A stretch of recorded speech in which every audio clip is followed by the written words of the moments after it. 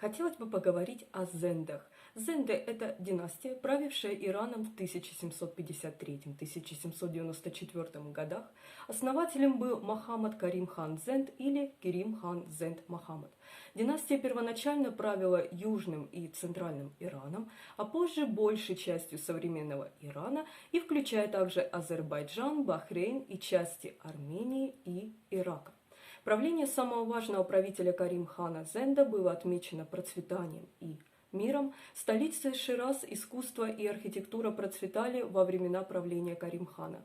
Гробницы средневековых персидских поэтов Хафиза Ширази и Саади были отремонтированы Карим ханом Зендом. Самобытное искусство в правлении Зенда легло в основу более поздних каджарских искусств и ремесел. После смерти Карим хана Зенда Иран пришел в упадок из-за внутренних споров между членами династии. Последний правитель Лотф Али Шах был казнен.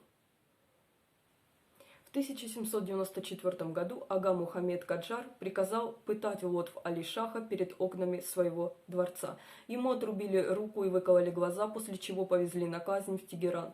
По пути 25-летний Лотф Али Шах, обессиленный жестокими пытками, скончался. Как отмечается в Оксфордском словаре ислама, Карим хан Зенд имеет сильную устойчивую репутацию самого гуманного иранского правителя исламской эры эпохи. Когда после исламской или иранской революции 1979 года имена прошлых правителей Ирана стали табу, жители Шираза отказались переименовывать улицы, названные в честь Карим хана Зенда и Лотфа Али Шаха, две главные улицы Шираза.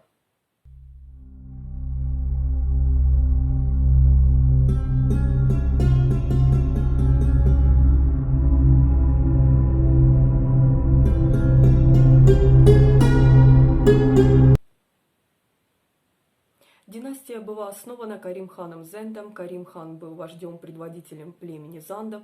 Надир Шах переселил племя, и после смерти Надира племя под руководством Карим хана вернулось на свою исконную землю. Карим хан Зенд пришел к власти в ходе междоусобиц.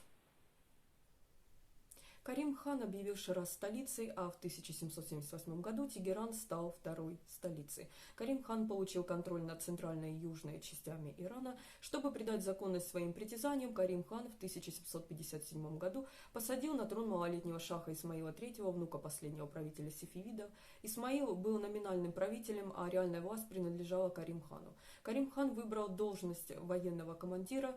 В 1760 году он основал свою собственную династию. Карим хан Зенд отказался принять титул короля, шаха, и вместо этого назвал себя защитником народа. В общем, по поводу своей персоны он не употреблял никогда титула шах и отказывался принять царский титул. Он говорил про себя: «Я не король, я просто люблю людей».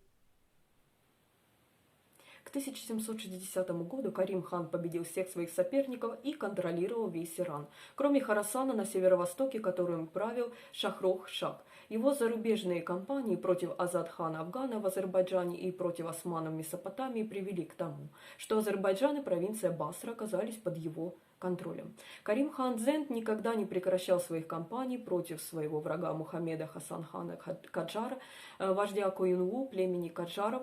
Мухаммед Хасан хан Каджар был побежден Карим ханом, а его сыновья ага Мохаммед Шах Каджар и Хасейн хан Каджар были доставлены в Шираз в качестве заложников. Памятники Карим хана в Ширазе включают знаменитую крепость Керим хан, базар, Вакиль, а также несколько мечетей и садов. Он также отвечал за строительство дворца в Тегеране, будущей столицы династии Каджаров.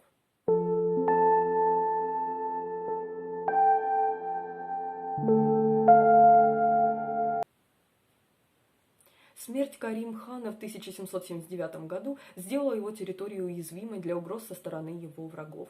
Его сын и преемник Аболь-Фат хан Зенд был некомпетентным правителем, на которого сильно влиял его сводный дядя Заки хан. Другие правители, такие как Али Мурад Шах и Джафар Шах, также не последовали политике Карим хана, и довольно скоро государство подверглось нападкам со всех сторон. Самыми серьезными врагами Зендов были вожди Каджаров. В 1789 году Лотф Али Шах, последний шах Персии, Ирана и из династии Зендов, объявил себя новым правителем. Его правление до 1794 года прошло в основном в войне с каджарским ханом, и в дальнейшем он был казнен, положив конец династии. Политически важно, что Зенды, особенно Карим хан Зенд, предпочитали называть себя защитниками народа вместо того, чтобы называть себя королями. Возможно, это может быть отражением народных требований того времени, предпочтение правителей, которые хотели больше делать дел для народа, вместо абсолютных монархов, которые были полностью отделены от населения, как, например, сефевиды.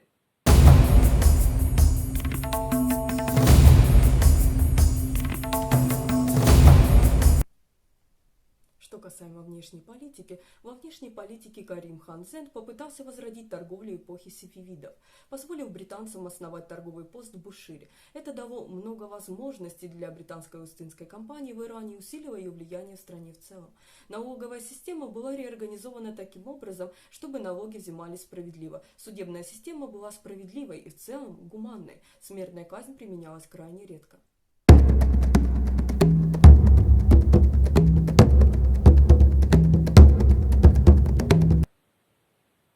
Эпоха Зендов была эпохой относительного мира и экономического роста для страны.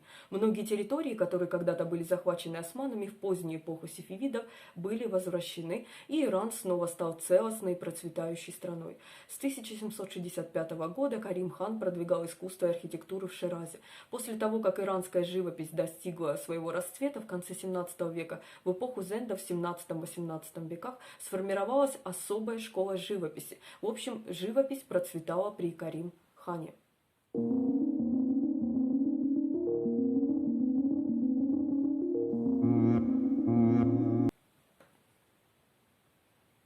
Карим хан, как и многие вожди племен, был довольно умерен в своих религиозных убеждениях, хотя и поддерживал шиитские традиции.